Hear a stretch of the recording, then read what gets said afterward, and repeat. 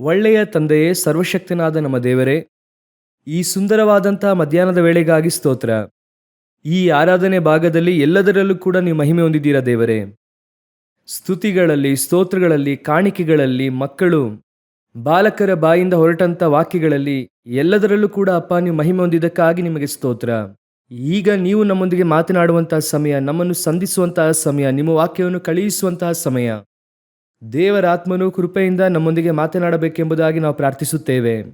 ಮಹಿಮೆಯುಳ್ಳ ಕರದ ಕೆಳಗೆ ತಗ್ಗಿಸಿಕೊಳ್ಳುತ್ತೇವೆ ನಮ್ಮ ದೇವರಾದ ಯೇಸುವಿನ ನಾಮದಲ್ಲಿ ತಂದೆ. ಹಲ್ಲೆಲೂಯ. 1 ಕೊರಿಂಥದವರಿಗೆ 1ನೇ ಅಧ್ಯಾಯ 2ನೇ ವಾಕ್ಯ. ಸುಸ್ತೇನನು ಕೊರಿಂಥದಲ್ಲಿನ ದೇವರ ಸಭೆಗೆ, ಅಂದರೆ ಕ್ರಿಸ್ತ ಯೇಸುವಿನಲ್ಲಿ ಪ್ರತಿಷ್ಠಿತರು, ದೇವಜನರಾಗುವುದಕ್ಕೆ ಕರೆಯಲ್ಪಟ್ಟವರು ಆಗಿರುವವರಿಗೆ. ಈ ವಾಕ್ಯದಲ್ಲಿ 2 ಕಾರ್ಯಗಳ ಕುರಿತಾಗಿ ಪೌಲನು ಮಾತನಾಡುತ್ತಾರೆ. ಅದನ್ನು ನಾವು ಇವತ್ತು ನೋಡಲಿದ್ದೇವೆ. 1, ಕ್ರಿಸ್ತ ಯೇಸುವಿನಲ್ಲಿ ಪ್ರತಿಷ್ಠಿತರಾಗಲ್ಪಟ್ಟವರು.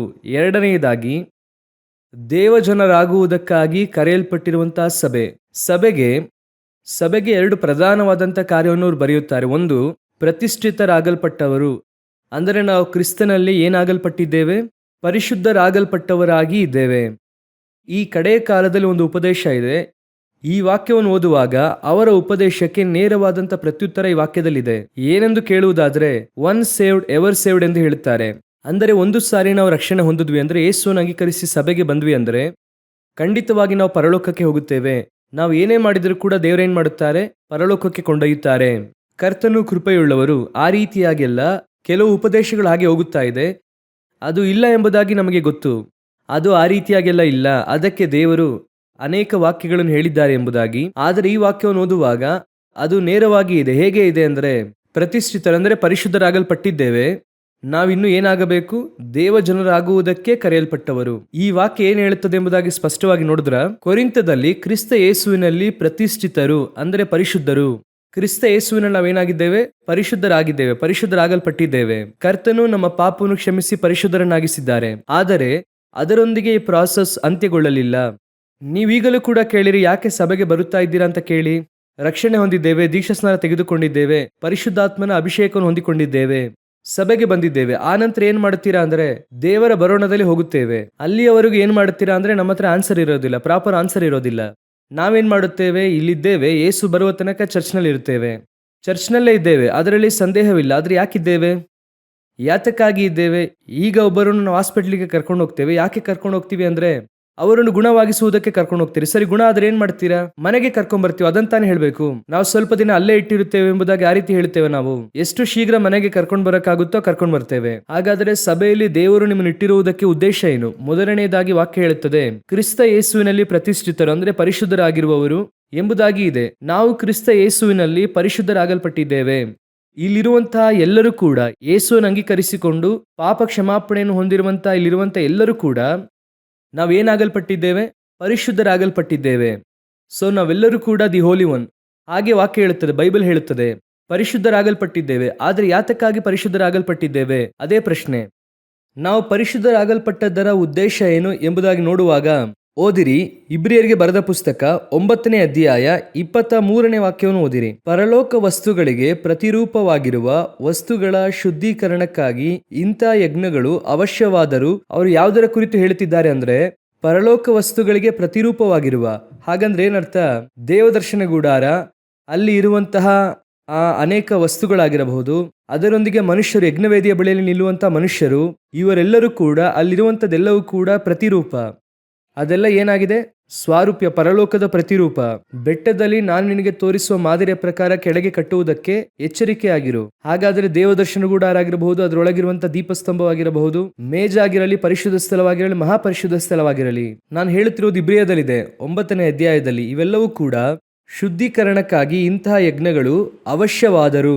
ಹಾಗಂದ್ರೆ ಆ ವಾಕ್ಯದ ಅರ್ಥ ಏನು? ಯಜ್ಞದ ಕುರಿಯಾದಾತನ ರಕ್ತದಿಂದ, ಕೆಂದಾಕಳಿನಿಂದ ಅದೆಲ್ಲವೂ ಕೂಡ ಶುದ್ಧೀಕರಣವಾಗಬೇಕಾಗಿತ್ತು. ಯಾವುದು ಈ ಮಾಡೆಲ್? ದೇವದರ್ಶನ ಗುಡಾರ ಎನ್ನುವಂಥದ್ದು ಮಾಡೆಲ್. ಹಾಗೆ ಮುಂದೆ ಓದಿರಿ, ಸಾಕ್ಷಾತ್ ಪರಲೋಕದವುಗಳಿಗೆ ಇವುಗಳಿಗಿಂತ ಉತ್ತಮವಾದ ಯಜ್ಞಗಳು ಬೇಕು. ಹಾಗಂದ್ರೆ ಏನು ಅರ್ಥ? ನೀವು ನಾವೇ ಪರಲೋಕದವುಗಳು. ಇದೆಲ್ಲವೂ ಕೂಡ, ಕೆಳಗಿರುವಂಥದ್ದೆಲ್ಲವೂ ಕೂಡ ನಮ್ಮ ಮಾಡೆಲ್. ಪರಲೋಕ ಹೇಗಿರುತ್ತದೆ? ಅಲ್ಲಿ ಸಿಂಹಾಸನವಿರುತ್ತದೆ. ದೇವದರ್ಶನ ಗುಡಾರದಲ್ಲಿ ಕೃಪಾಸನ ಇರುತ್ತದೆ. ಅಲ್ಲಿ ಕೇರೋಬಿಯರು ಇರುತ್ತಾರೆ, ಒಳಗೆ ಕೇರೋಬಿಯರು ಇರುತ್ತಾರೆ, ಯೇಸು ಕ್ರಿಸ್ತನ ಇರುತ್ತಾರೆ, ಮಂಜೂಷದ ಪೆಟ್ಟಿಗೆ ಇರುತ್ತದೆ. ಹಾಗೆ ಆಚೆ ಬರುವುದಾದರೆ ಗಾಜಿನ ಸಮುದ್ರ, ತಾಮ್ರದ ತೊಟ್ಟಿ, ಹಾಗೆ ಬಂದರೆ ಬಲಿಪೀಠ, ಭೂಮಿ. ಇದೆಲ್ಲದರ ಮಾಡೆಲ್. ಇದೆಲ್ಲವೂ ಏನಂತ ನೋಡುವುದಾದರೆ ಹೆವೆನ್ನ ಮಾಡೆಲ್. ಹಾಗಾದರೆ ಆ ಪರಲೋಕದ ಮಾಡೆಲ್ ಆಗಿರುವಂತಹ ಈ ಒಂದು ದೇವದರ್ಶನ ಗುಡಾರವು ಅದರ ಒಳಗಿರುವಂಥವುಗಳನ್ನು ಕೆಲವು ಕಾರ್ಯಗಳಿಂದ ಶುದ್ಧೀಕರಣ ಮಾಡಲ್ಪಡಬೇಕಾಗಿತ್ತು, ರಕ್ತದಿಂದ. ಅದುವೇ ದೋಷವಿಲ್ಲದಿರುವಂಥ ಕುರಿಮರಿಯಾಗಿರಬೇಕು, ನಿಷ್ಕಳಂಕವಾದ ಕುರಿಮರಿಯಾಗಿರಬೇಕು. ಅರಣ್ಯಕಾಂಡ ಪುಸ್ತಕ 19ನೇ ಅಧ್ಯಾಯ 2ನೇ ವಾಕ್ಯವನ್ನು ಓದಿರಿ. ಯೆಹೋವನಾದ ನಾನು ಒಂದು ವಿಧಿಯನ್ನು ನೇಮಿಸಿದ್ದೇನೆ, ಅದೇನೆಂದರೆ ಎಂದು ನೊಗವನ್ನು ಹೊರದ ಮತ್ತು ಯಾವ ಕುಂದು ಕೊರತೆಯೂ ಇಲ್ಲದ ಕೆಂದಾಕಳನ್ನು ನಿನಗೆ ತಂದುಕೊಡಬೇಕೆಂದು ಇಸ್ರಾಯೇಲ್ಯರಿಗೆ ಆಜ್ಞಾಪಿಸು. ಅಲ್ಲಿ ವಾಕ್ಯ ಏನು ಹೇಳುತ್ತದೆ? ಯಾವ ನೊಗವನ್ನು ಹೊರದ ಮತ್ತು ಯಾವ ಕುಂದು ಕೊರತೆ ಇಲ್ಲದೆ ಇರುವಂತ ಒಂದು ಕೆಂದಾಕಳವನ್ನು, ಅದನ್ನು ಯಾಜಕನು ವಧೆ ಮಾಡಿ ಅದರ ರಕ್ತವನ್ನು ಹಚ್ಚಬೇಕು. ಯಾತಕ್ಕಾಗಿ? ಪರಲೋಕಕ್ಕೆ ಮಾಡಲಾಗಿರುವಂತ ಇವುಗಳಿಗೇನೆ ಇಷ್ಟೆಲ್ಲ ಇದೆ. ಆ ಕೆಂದಾಕಳು ಹೇಗಿರಬೇಕು? ಯಾವುದೇ ಕುಂದು ಕೊರತೆ ಇಲ್ಲದಾಗಿರಬೇಕು. ಹಾಗಂದ್ರೆ ಏನರ್ಥ ಗೊತ್ತಾ? ಈಗ ಯೆರೂಸಲೇಮಿನಲ್ಲಿ ಬಲಿಯನ್ನು ಅರ್ಪಿಸುವುದಕ್ಕೆ ಕೆಂದಾಕಳನ್ನು ತಂದಿದ್ದಾರೆ. ಆ ಕೆಂದಾಕಳನ್ನು ಚೆಕ್ ಮಾಡುವುದಕ್ಕಾಗಿ ಒಂದು ಟೀಮ್ ಇದೆ. ಅವರು ಹೇಗೆ ಚೆಕ್ ಮಾಡುತ್ತಾರೆ ಅಂದ್ರೆ, ಒಂದು ಲೆನ್ಸ್ ಇಟ್ಕೊಂಡು ಚೆಕ್ ಮಾಡುತ್ತಾರೆ. ಹೇಗೆ ಅಂದ್ರೆ ಒಂದೊಂದು ಕೂದಲು ಚೆಕ್ ಮಾಡುತ್ತಾರೆ. ತಲೆಯಿಂದ ಕಾಲಿನವರೆಗೂ ಅದು ಕೆಂಜಗಿರ್ಬೇಕು, ಒಂದು ಕೂದಲು ಕೂಡ ಬಿಳಿಯಾಗಿರಬಾರದು. ಸಮೀಪದಲ್ಲಿ ಸ್ವಲ್ಪ ದಿನದ ಹಿಂದೆ ಇನ್ನೊಂದು ಕೆಂದಾಕಳನ್ನು ತಂದ್ರು. ಎಲ್ಲವನ್ನು ಚೆಕ್ ಮಾಡಿ ನೋಡಿದ್ರೆ ಕಡೆಯದಾಗಿ ಕಾಲ್ ಕೆಳಗೆ ಬಿಳಿ ಇತ್ತು. ಕೂಡಲೇ ಅದನ್ನು ರಿಜೆಕ್ಟ್ ಮಾಡಿದ್ರು. ಹಾಗೆ ಒಂದೊಂದು ಕೂದಲಾಗಿ ನೋಡುತ್ತಾರೆ, ಕೂದಲು ನೋಡುತ್ತಾರೆ. ನೀವು ಆ ವಿಡಿಯೋ ಕೂಡ ಇದೆ, ನೋಡಬಹುದು. ಆ 4 ರಬ್ಬಿಯರು 4 ಕಡೆ ಸುತ್ತಿ ಅದರಲ್ಲಿ ಒಂದೊಂದು ಕೂದಲಾಗಿ ಚೆಕ್ ಮಾಡುತ್ತಾರೆ. ಯಾವ ನೊಗವನ್ನು ಹೊರದೇ ಇರುವಂತಹ, ಯಾವ ಕುಂದು ಕೊರತೆ ಇಲ್ಲದೆ ಇರುವ ಈ ಪರಲೋಕದ ಪ್ರತಿರೂಪವಾಗಿರುವಂತಹ ಈ ದೇವಾಲಯದಲ್ಲಿರುವಂತಹ ಯಾಜಕನು ಅಲ್ಲಿರುವಂತಹ ವಸ್ತುಗಳನ್ನು, ಅಲ್ಲಿ ಬರುವಂತಹ ಜನರನ್ನು ಶುದ್ಧೀಕರಿಸುವುದಕ್ಕೆ ಇಷ್ಟೆಲ್ಲ ಪ್ರೊಸೀಜರು ಇರುವುದಾದರೆ ಅದರ ಒರಿಜಿನಲ್, ಪರಲೋಕದ ಒರಿಜಿನಲ್ ಯಾರು? ನೀವು ನಾನು. ಪರಲೋಕದ ಒರಿಜಿನಲ್ ಅಲ್ಲೇ ನೀವು ನಾನು ಇರಲಿದ್ದೇವೆ. ಅದರಲ್ಲಿ ಮಹಾಯಾಜಕನು ಯೇಸು ಕ್ರಿಸ್ತನು. ಹಾಗಾದ್ರೆ ನೀವು ನಾನು ಅದರಲ್ಲಿ ಇರುವಂತವರು. ಹಾಗಾದ್ರೆ ನಮಗೆ ಮುಂದುವರೆದು ಓದಿರಿ ಆ 9ನೇ ಅಧ್ಯಾಯ. ಪರಲೋಕ ವಸ್ತುಗಳಿಗೆ ಪ್ರತಿರೂಪವಾಗಿರುವ ವಸ್ತುಗಳ ಶುದ್ಧೀಕರಣಕ್ಕಾಗಿ ಇಂಥ ಯಜ್ಞಗಳು ಅವಶ್ಯವಾದರೂ ಸಾಕ್ಷಾತ್ ಪರಲೋಕದವುಗಳಿಗೆ ಇವುಗಳಿಗಿಂತ ಉತ್ತಮವಾದ ಯಜ್ಞಗಳು ಬೇಕು. ಭೂಮಿಯಲ್ಲಿರುವಂಥ ಇದಕ್ಕೆ ಎಷ್ಟು ದೊಡ್ಡ ಪ್ರೊಸೀಜರ್ ಅಂದರೆ, ನಾನು ಏನು ಮಾಡಲಿದ್ದೇನೆ? ಪರಲೋಕದಲ್ಲಿ ಕೊಂಡು ಹೋಗಿ ವಸ್ತುಗಳನ್ನು ಇಡಲಿದ್ದೇನೆ. ನಾನೇ ಘನವಾಗಿ ಮಾಡಲ್ಪಟ್ಟ ಪಾತ್ರೆ. ಹಾಗಾದರೆ ನೀವು ನಾನೇ ಆ ಪಾತ್ರೆಗಳು. ನಮ್ಮನ್ನು ಕೊಂಡು ಹೋಗಿ ದೇವರು ಎಲ್ಲಿ ಇಡಲಿದ್ದಾರೆ? ಪರಲೋಕದಲ್ಲಿ ಇಡಲಿದ್ದಾರೆ. ಹಾಗಂದರೆ ಅದು ಅದಕ್ಕಿಂತ ಉತ್ತಮವಾದ ಯಜ್ಞದಿಂದ ಶುದ್ಧೀಕರಿಸಲ್ಪಡಬೇಕು. ನೀವು ನಾನು ಪರಿಶುದ್ಧರಾಗಲ್ಪಟ್ಟಿದ್ದೇವೇನೋ ಅಂತ ಒಂದೇ ಒಂದು ಮಾತಿದೆಯಲ್ಲ, ಆ ವಾಕ್ಯದ ಹಿಂದೆ ಸಾಧಾರಣವಾದ ವಿಷಯವಿಲ್ಲ. ನೀವು ನಾನು ಯಾತಕ್ಕಾಗಿ ಪರಿಶುದ್ಧರಾಗಲ್ಪಟ್ಟಿದ್ದೇವೆ? ಪರಲೋಕದಲ್ಲಿ ಇರುವುದಕ್ಕಾಗಿ ಯೇಸು ಕ್ರಿಸ್ತನ ರಕ್ತದಿಂದ ಶುದ್ಧೀಕರಿಸಲ್ಪಟ್ಟಿದ್ದೇವೆ. ಈಗ ಯೇಸು ಕ್ರಿಸ್ತನ ರಕ್ತದಿಂದ ತೊಳೆಯಲ್ಪಟ್ಟಿದ್ದೇವೆ ಎಂದು ಹೇಳುವುದು ಸಾಧಾರಣವಾಗಿದೆ. ಬಹಳ ಈಸಿಯಾಗಿ ಹೇಳುತ್ತೇವೆ. ಪಾಪ ಅರಿಕೆ ಮಾಡಿ ಯೇಸುವಿನ ರಕ್ತದಿಂದ ತೊಳೆಯಲ್ಪಟ್ಟಿದ್ದೇವೆ, ದೇವರು ನನ್ನ ಪಾಪವನ್ನು ಕ್ಷಮಿಸಿದ್ದಾರೆ, ಸತ್ಯ, ಅದರಲ್ಲಿ ಸಂದೇಹ ಇಲ್ಲ. ಆದರೆ ಯಾತಕ್ಕಾಗಿ? ಪರಲೋಕದಲ್ಲಿ ಹೋಗಿ ಒರಿಜಿನಲ್ ಆಗಿ ತಂದೆಯೊಂದಿಗೆ. ಇನ್ನೊಂದು ವಾಕ್ಯ ಇದೆ, ಓದಿರಿ. ಪ್ರಕಟಣೆಯ ಪುಸ್ತಕ 1ನೇ ಅಧ್ಯಾಯ 5 ಹಾಗೂ 6ನೇ ವಾಕ್ಯ ಓದಿರಿ. ನಮ್ಮನ್ನು ಪ್ರೀತಿಸುವವನು, ತನ್ನ ರಕ್ತದ ಮೂಲಕ ನಮ್ಮನ್ನು ಪಾಪಗಳಿಂದ ಬಿಡಿಸಿದವನು, ನಮ್ಮನ್ನು ರಾಜ್ಯವನ್ನಾಗಿಯೂ ತನ್ನ ತಂದೆಯಾದ ದೇವರಿಗೆ ಯಾಜಕರನ್ನಾಗಿಯೂ ಮಾಡಿದವನು ಆಗಿರುವ ಆತನಿಗೆ ಯುಗ ಯುಗಾಂತರಗಳಲ್ಲಿಯೂ ಘನ ಮಹತ್ವಗಳಿರಲಿ, ಆಮೇನ್. ಹಾಗಾದರೆ ಪರಲೋಕದಲ್ಲಿ ನಾವೆಲ್ಲಿ ನಿಲ್ಲಲಿದ್ದೇವೆ? ತಂದೆಯಾದ ದೇವರ ಮುಂಭಾಗದಲ್ಲಿ. ಅಲ್ಲಿ ಹೋಗಿ ನಮ್ಮನ್ನು ನಿಲ್ಲಿಸಲಿದ್ದಾರೆ. ಆ ರೀತಿಯಾಗಿ ನಿಲ್ಲಿಸುವುದಕ್ಕೆ ನಿಮ್ಮನ್ನು ನನ್ನನ್ನು ವಿಶೇಷವಾದ ರಕ್ತದಲ್ಲಿ ತೊಳೆದು ನಮ್ಮನ್ನು ಚರ್ಚಿನೊಳಗೆ ಇಟ್ಟಿದ್ದಾರೆ. ಈ ಸಭೆಗೆ ದೇವರು ಹೇಳುವಂತ ಮಾತೇನು? ನಿನ್ನನ್ನು ಯೇಸುವಿನ ರಕ್ತದಿಂದ ತೊಳೆಯಲ್ಪಟ್ಟು ಪ್ರತ್ಯೇಕಿಸಿ ಸಭೆಯೊಳಗೆ ಕರೆತಂದಿದ್ದೇನಲ್ಲ. ಯಾವ ಉದ್ದೇಶಕ್ಕಾಗಿ? ಏನೋ ಪರಲೋಕಕ್ಕೆ ಕೊಂಡು ಹೋಗುತ್ತಾರೆ ಎನ್ನುವಂತ ಒಂದೇ ಒಂದು ಮಾತಿಗಾಗಿ ಅಲ್ಲ, ಅದರ ಹಿಂದೆ ಒಂದು ಉದ್ದೇಶ ಇದೆ. ನೀನು ವಿಶೇಷವಾಗಿ ಶುದ್ಧೀಕರಿಸಲ್ಪಟ್ಟಿದೆಯಾ, ಯೇಸು ಕ್ರಿಸ್ತನ ರಕ್ತದಿಂದ ತೊಳೆಯಲ್ಪಟ್ಟಿದೆಯಾ. ಯಾತಕ್ಕಾಗಿ? ತಂದೆಯಾದ ದೇವರ ಮುಂಭಾಗದಲ್ಲಿ ಹೋಗಿ ನಿಲ್ಲುವುದಕ್ಕಾಗಿ, ಅರಸರಾಗಿ ಯಾಜಕರಾಗಿ ಕೊಂಡು ಹೋಗಿ ನಿಲ್ಲಿಸುವುದಕ್ಕೆ. ಹಾಗಂದರೆ ಫಸ್ಟ್ ಪ್ರಾಸೆಸ್ ಆತನ ರಕ್ತದಿಂದ ತೊಳೆಯಲ್ಪಟ್ಟದರ ಉದ್ದೇಶ ಏನು? ನಾನು ರಕ್ಷಿಸಲ್ಪಟ್ಟ ನಂತರ ಕ್ರೈಸ್ತನಾಗುತ್ತೇನೆ, ಮನ ತಿರುಗಿದ ನಂತರ ಕ್ರೈಸ್ತನಾಗುತ್ತೇನೆ, ಅದಕ್ಕಾಗಿ ಅಲ್ಲ. ಈ ಒಂದೇ ಒಂದು ರಕ್ತದಿಂದ ಮಾತ್ರವೇ ನಿಮ್ಮನ್ನು ಪರಲೋಕಕ್ಕೆ ಕೊಂಡು ಹೋಗುವಂತಹ ಒಂದು ಬಲವಿದೆ. ಬೇರೆ ಯಾವುದೇ ಕುರಿ ದನಗಳು ಯಾವ ರಕ್ತವನ್ನು ಬೇಕಾದ್ರೂ ಸಲ್ಲಿಸಬಹುದು. ಕೆಂದಾಕಳನ್ನು ಸಲ್ಲಿಸಬಹುದು, ಪಸ್ಕಾ ಕುರಿಮರಿಯನ್ನು ಸಲ್ಲಿಸಬಹುದು, ಯಾವುದನ್ನಾದರೂ ಸಲ್ಲಿಸಬಹುದು. ಅವೆಲ್ಲವೂ ಕೂಡ ಮಾಡಲ್. ಅವು ಪರಲೋಕಕ್ಕೆ ಕೊಂಡು ಹೋಗುವುದಕ್ಕೆ ಅದಕ್ಕೆ ಯಾವುದೇ ವಿಧವಾದ ಬಲ ಇಲ್ಲ. ಆದ್ದರಿಂದಲೇ ಆ ರೀತಿಯಾದ ಪಸ್ಕದ ಕುರಿಮರಿ ಕೊಯ್ಯಲ್ಪಟ್ಟು ತೊಳೆಯಲ್ಪಟ್ಟ ಹಳೆಯ ಒಡಂಬಡಿಕೆ ಭಕ್ತರ ಕುರಿತಾಗಿ ವಾಕ್ಯ ಹೇಳುತ್ತದೆ.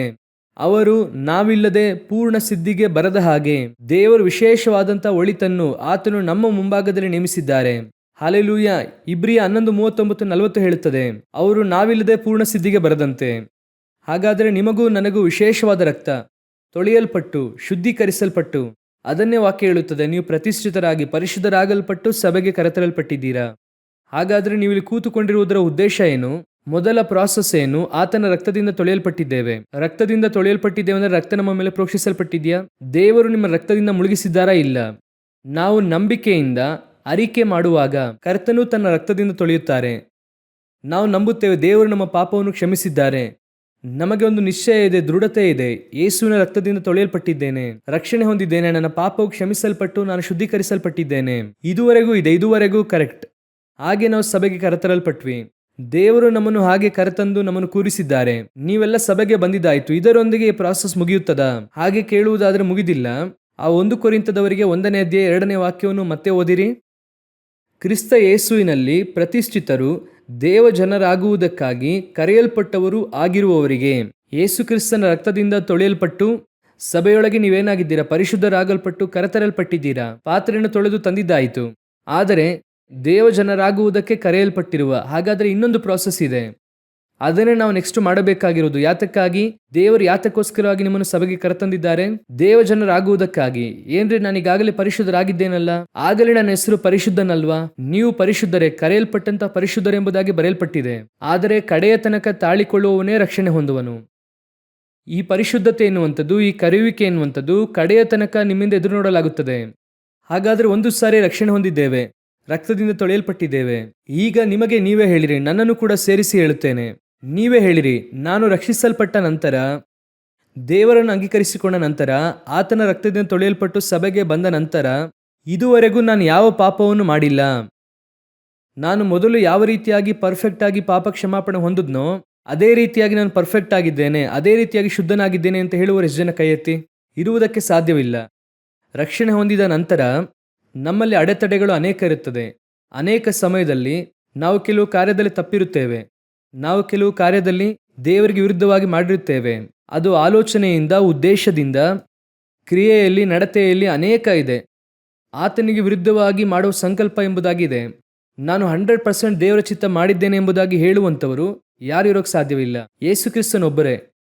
ನಾವು ಬೇಕಾದರೆ ಪ್ರಯತ್ನ ಮಾಡಬಹುದು, ಆಗಲ್ಲ ಅಂತಲ್ಲ, ಪ್ರಯತ್ನಿಸಬಹುದು. 100% ನಾನು ದೇವರ ಆಲೋಚನೆ ಉಳ್ಳವನೇ, ನನ್ನಲ್ಲಿ ಬೇರೆ ಯಾವ ಆಲೋಚನೆಯೂ ಇಲ್ಲ ಅಂತ ಹೇಳುವವರು ನನಗೆ ಗೊತ್ತಿರುವ ಹಾಗೆ ಅವಕಾಶ ಇಲ್ಲ. ನಾನು 100% ನಾನು ಸತ್ಯವೇದದ ವಾಕ್ಯಕ್ಕನುಸಾರವಾಗೇ ನಡೆದಿದ್ದೇನೆ. ವಾಕ್ಯವನ್ನು ದಾಟಿ ಒಂದು ಸ್ಟೆಪ್ಪು ಕೂಡ ಆ ಕಡೆ ಈ ಕಡೆ ಇಟ್ಟಿಲ್ಲ ಅಂತ ಹೇಳುವವರು ಕಷ್ಟ. ಅದನ್ನೇ ಯೋಹಾನನು ತನ್ನ ಪುಸ್ತಕದಲ್ಲಿ ಹೇಳುತ್ತಾನೆ, ನಮ್ಮಲ್ಲಿ ಪಾಪವಿಲ್ಲ ಎಂದು ಹೇಳುವುದಾದರೆ.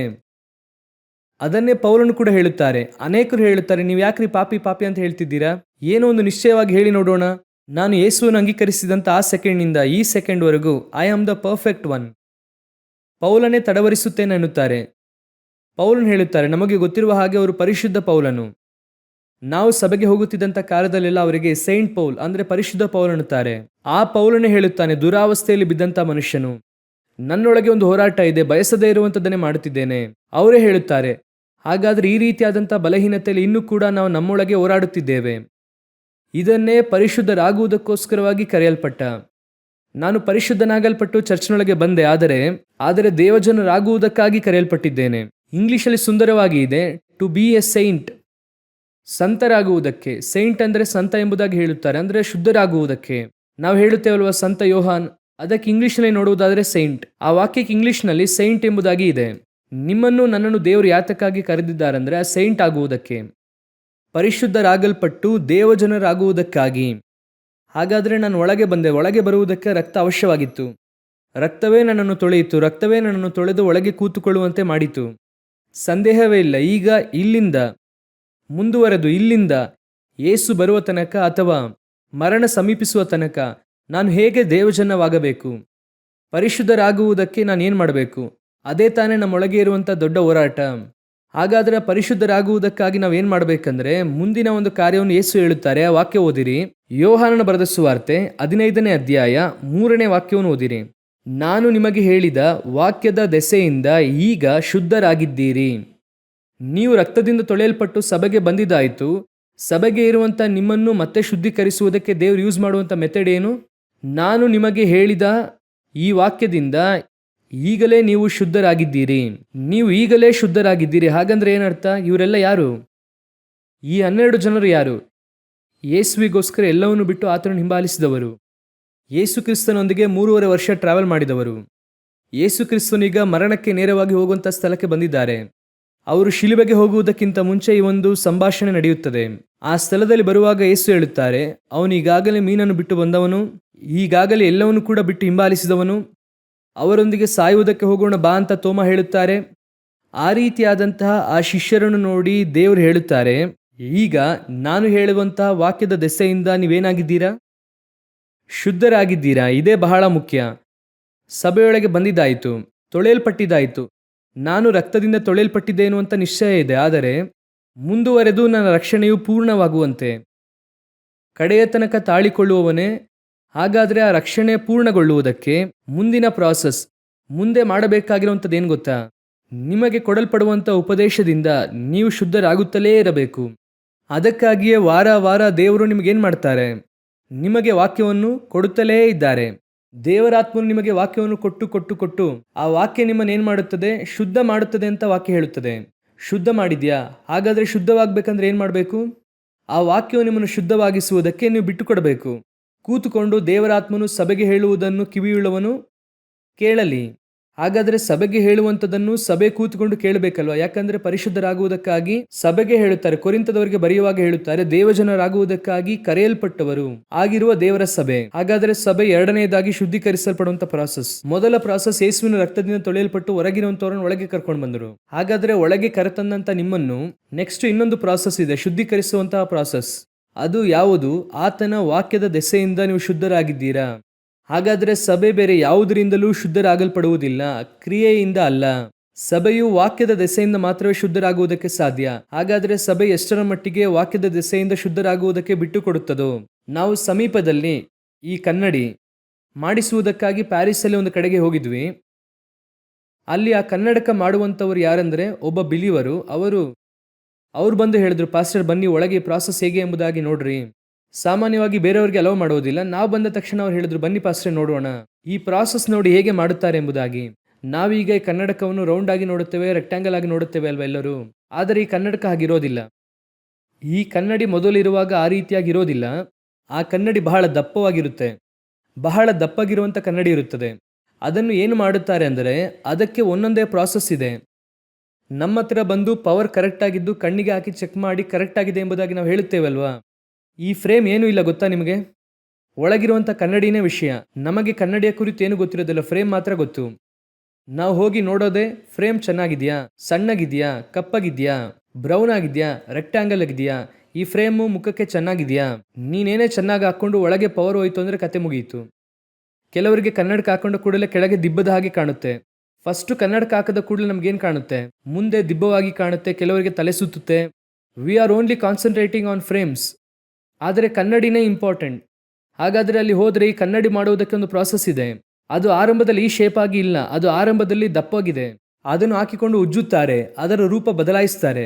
ಆನಂತರ ಒಂದು ಲೋಷನ್ ಇದೆ, ಅದನ್ನು ಒಳಗೆ ಹಾಕಿ ತೆಗೆಯುತ್ತಾರೆ, ಅದನ್ನು ಹಾಗೆ ಬಿಸಿ ಮಾಡುತ್ತಾರೆ. ಆಮೇಲೆ ಏನೇನೋ ಹೇಳಿದ್ರು, ಆ ಟೆಕ್ನಿಕಲ್ ಎಲ್ಲ ನನಗೆ ಅದರ ಕುರಿತು ಗೊತ್ತಿಲ್ಲ.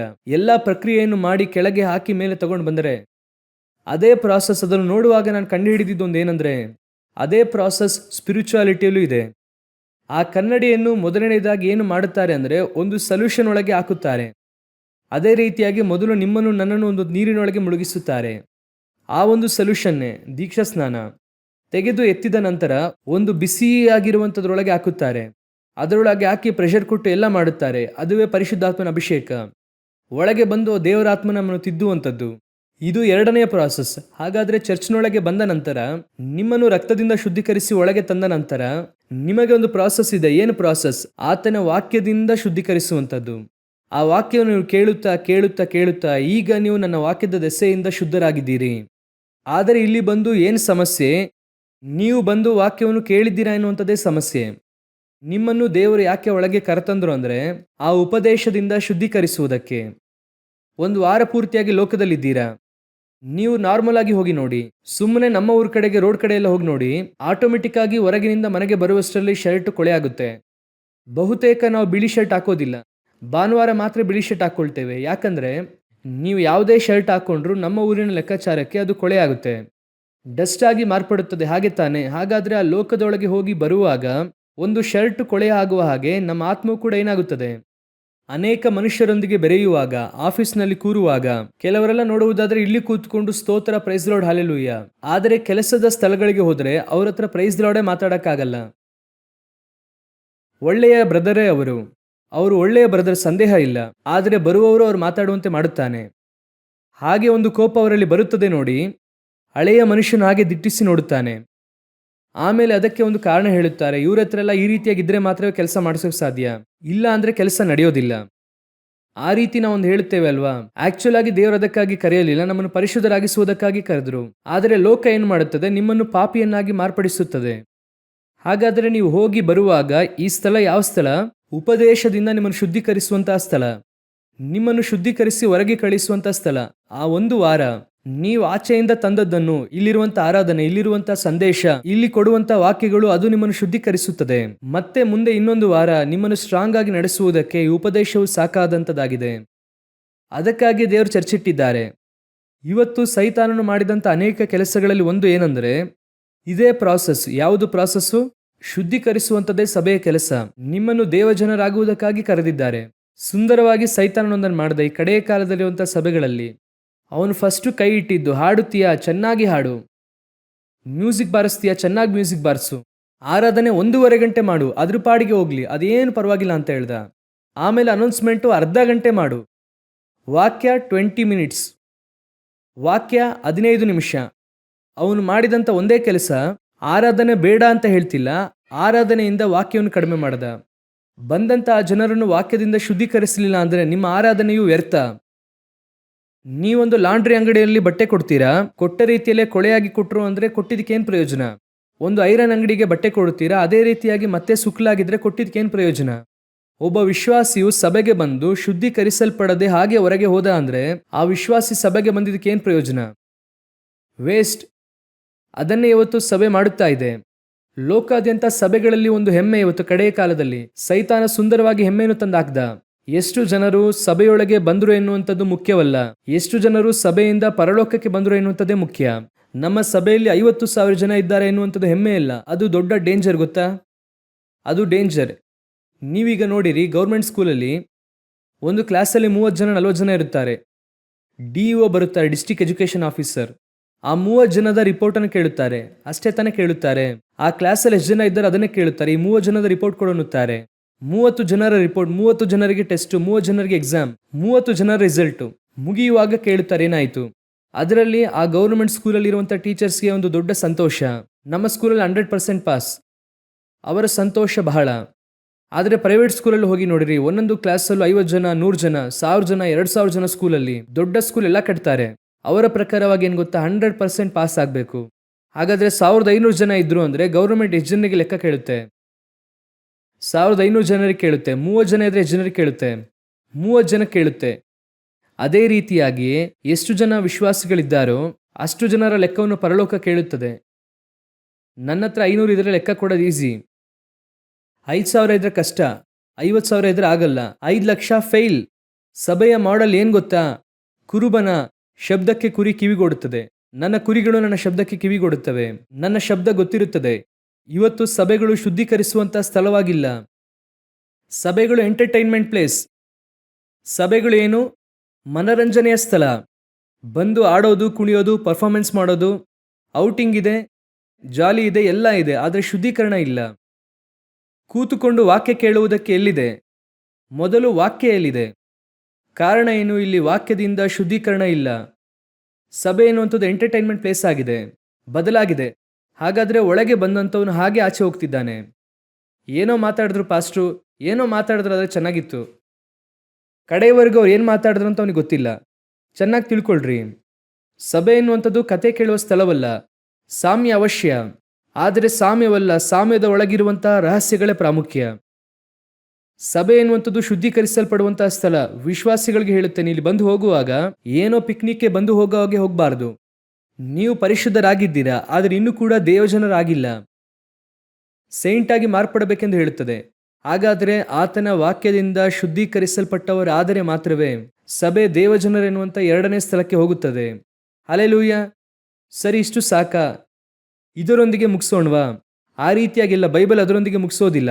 ಓದಿರಿ, ದೇವಜನರಾಗಲ್ಪಡುವುದಕ್ಕೆ ಏನು ಮಾಡಬೇಕೆಂಬುದಾಗಿ ಓದಿರಿ.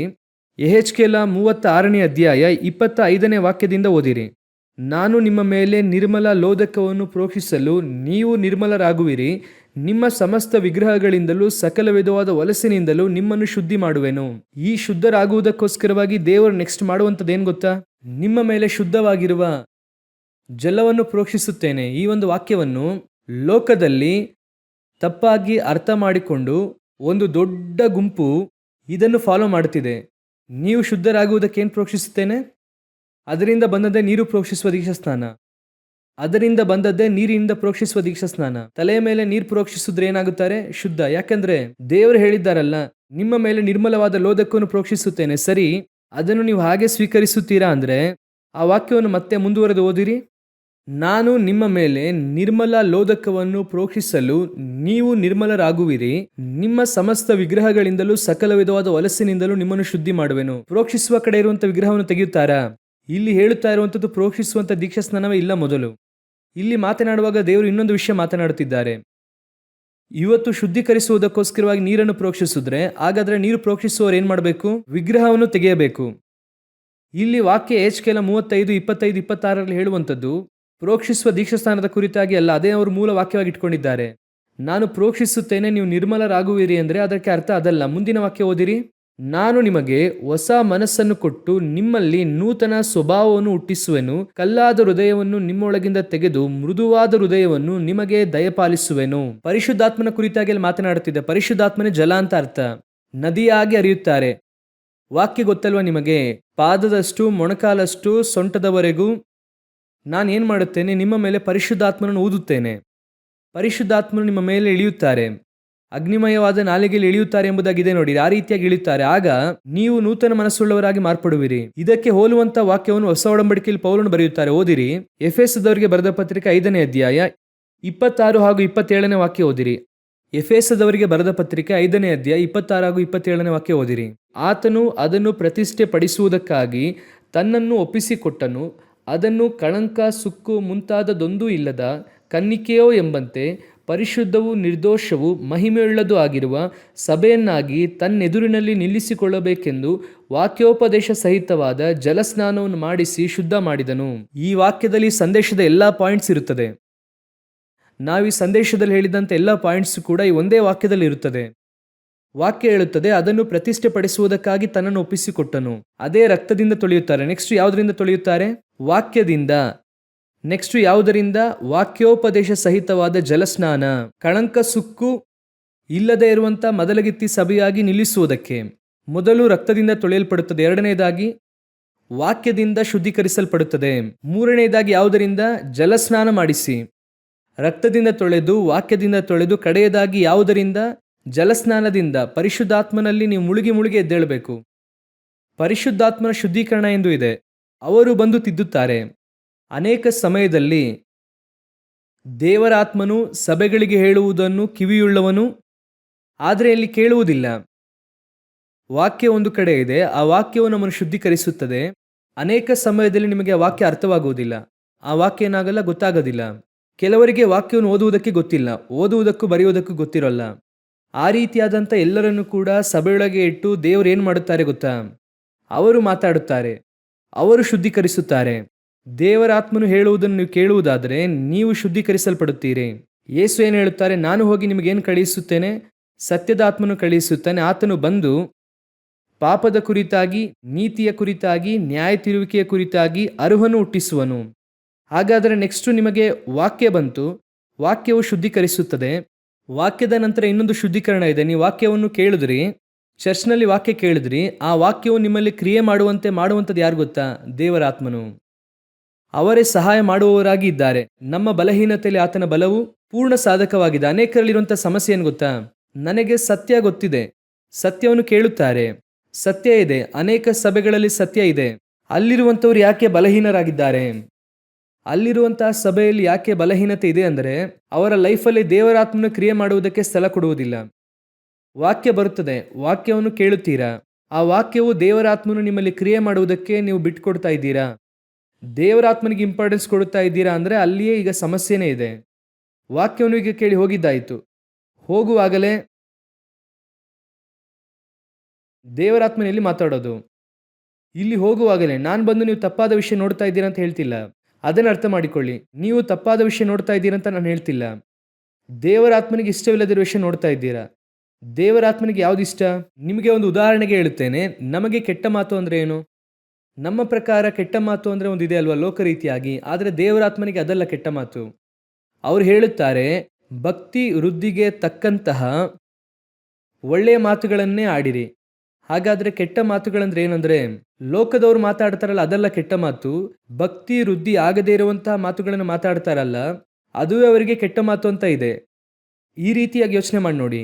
ಎಷ್ಟು ಜನ ಒಂದು ಪ್ರಯಾಣ ಮಾಡುತ್ತೀರಾ, ಒಂದು ಟ್ರಾವೆಲ್, ಒಂದು 3 ಗಂಟೆ 4 ಗಂಟೆ ಟ್ರಾವೆಲ್ ಮಾಡುತ್ತೀರಾ. ಎಷ್ಟು ಭಕ್ತಿ ವೃದ್ಧಿಗೆ ತಕ್ಕಂಥ ಮಾತನಾಡ್ತೀರಾ? ಎಷ್ಟು ಮಾತಾಡಿರ್ತೀರಾ? ಎಷ್ಟು ಜನ ಭಕ್ತಿ ವೃದ್ಧಿಗೆ ತಕ್ಕಂಥ ಮಾತುಗಳನ್ನು ಆಡಿದ್ದೀರಾ ಹೇಳಿ ನೋಡೋಣ. ಅದೇ ರೀತಿಯಾಗಿ ಆತ್ಮಿಕ ಜೀವಿತದಲ್ಲೂ ಕೂಡ ಸರಿ, ನಾವು ಯಾವಾಗಲೂ ಏನು ಮಾಡಬೇಕು ಅಂದರೆ, ಅವಶ್ಯವಾದದನ್ನು ಮಾತ್ರ ಮಾತಾಡಬೇಕು.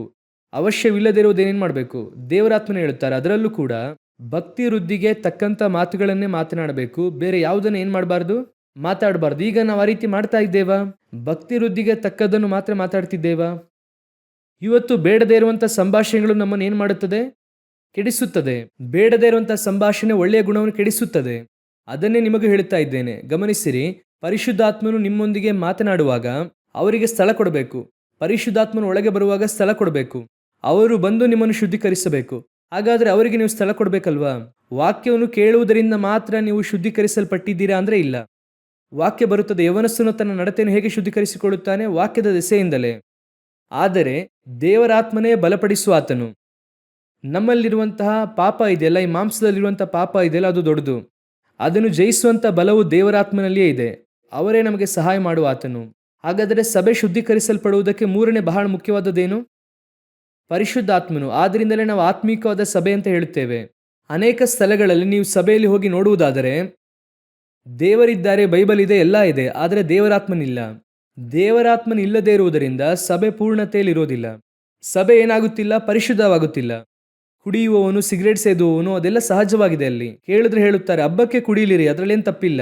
ಹಬ್ಬದಲ್ಲಿ ಏನ್ ಮಾಡ್ತಾರೆ? ಎಲ್ಲ ಕುಡಿದು ಬರುತ್ತಾರೆ. ಆದರೆ ಇಲ್ಲಿ ನೀವು ನೋಡಿರಿ, ದೇವರಾತ್ಮನು ಖಂಡಿಸಿ ತಿಳಿಸುತ್ತಾರೆ, ಕುಡಿಯಬಾರದು, ಸಿಗರೇಟ್ ಸೇದಬಾರದು, ಈ ರೀತಿಯಾಗೆಲ್ಲ ಮಾಡಬಾರದು. ಖಂಡಿಸಿ ತಿಳಿಸುತ್ತಾರೆ. ಆ ಖಂಡಿಸುವಂಥದ್ದು ಯಾರು ಮಾಡೋದು? ದೇವರಾತ್ಮನೇ.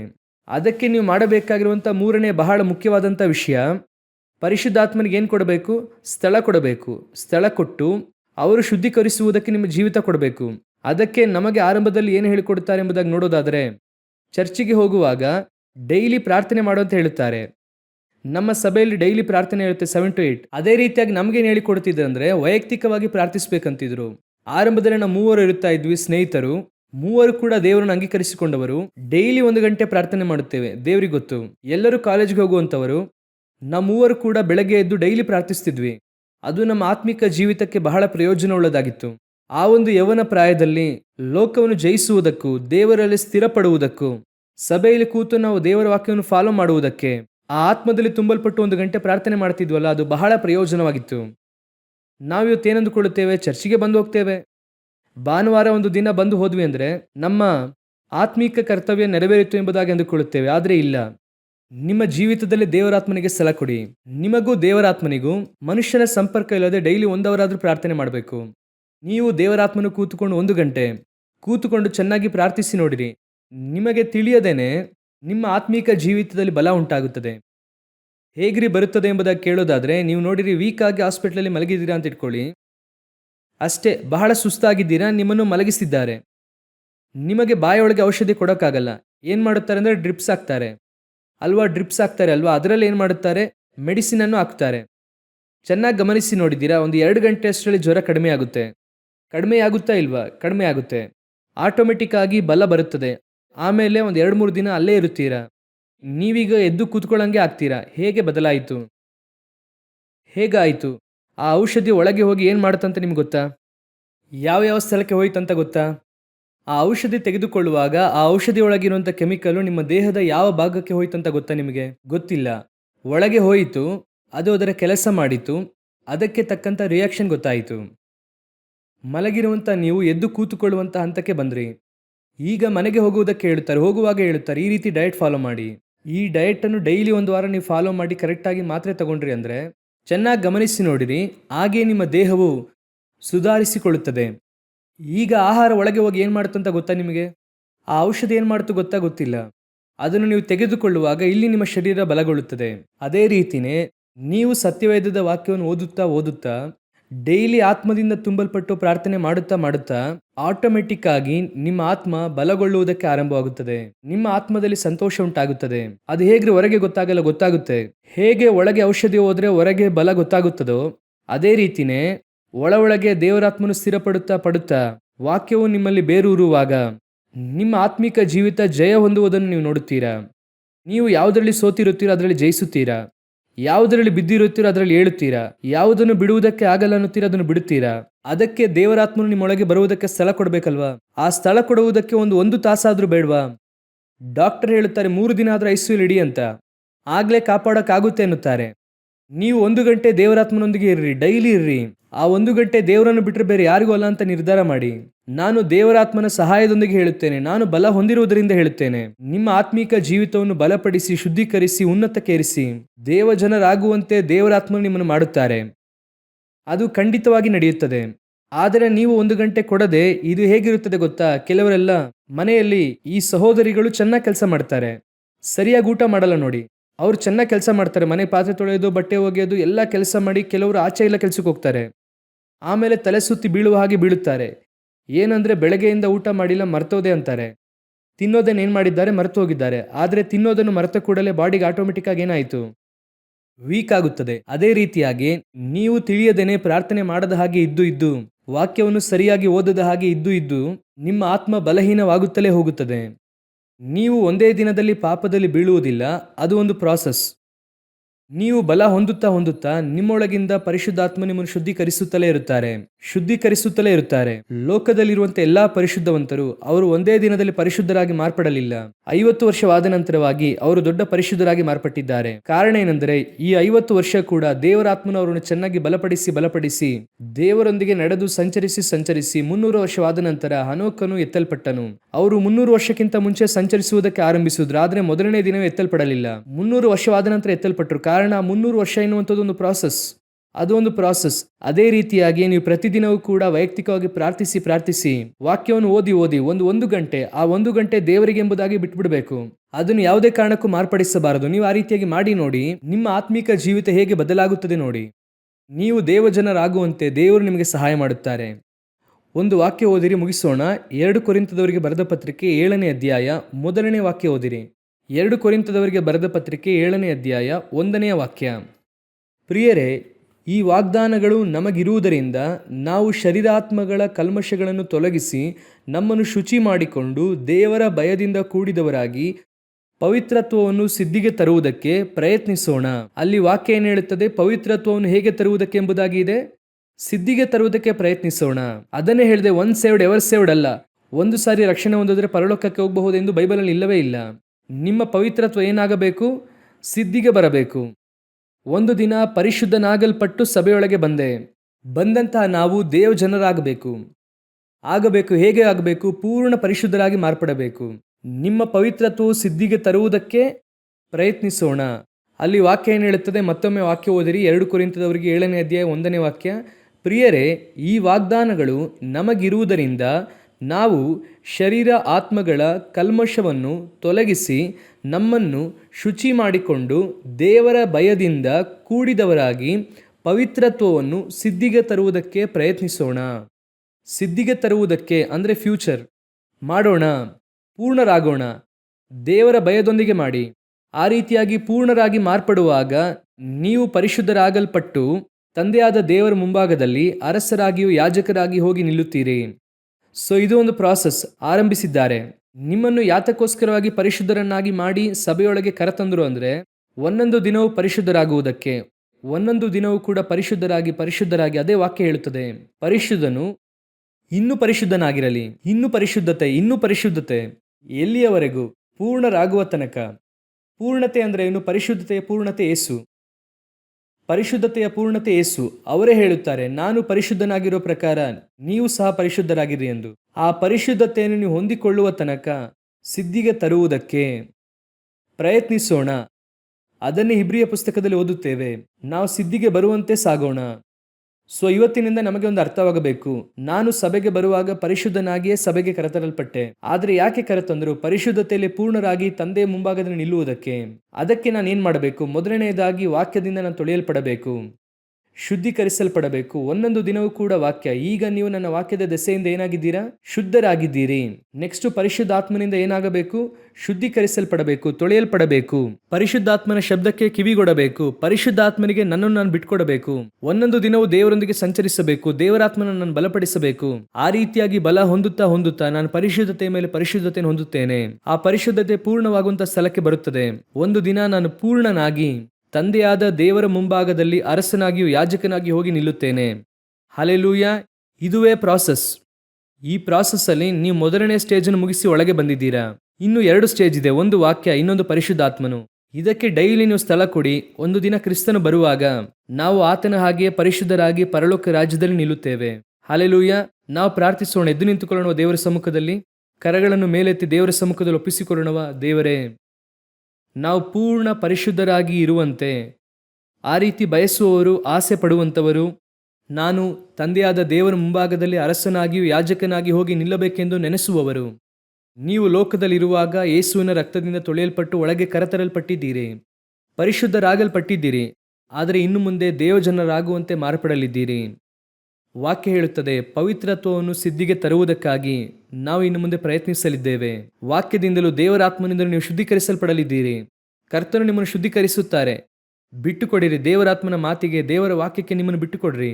ಮಾತನಾಡಲ್ಪಡುವಂಥ ವಾಕ್ಯಕ್ಕೆ, ದೇವರಾತ್ಮನಿಗೆ ನಿಮ್ಮನ್ನು ಬಿಟ್ಟುಕೊಡ್ರಿ. ದಿನನಿತ್ಯ ವಾಕ್ಯವನ್ನು ಧ್ಯಾನಿಸಿರಿ.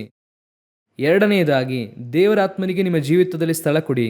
ಡೈಲಿ ದೇವರಾತ್ಮನೊಂದಿಗೆ ನಡೆಯಿರಿ. ಒಂದು ಗಂಟೆ ಆದರೂ ದೇವರೊಂದಿಗೆ ಪ್ರತಿದಿನ ಪ್ರಾರ್ಥಿಸಿರಿ.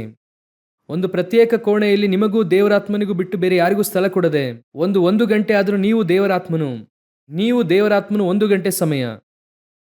ದೇವರಾತ್ಮನು ನಿಮ್ಮನ್ನು ಬಲಪಡಿಸುತ್ತಾರೆ. ಕೆಲವು ಕಾರ್ಯಗಳನ್ನು ಖಂಡಿಸಿ ತಿಳಿಸುತ್ತಾರೆ.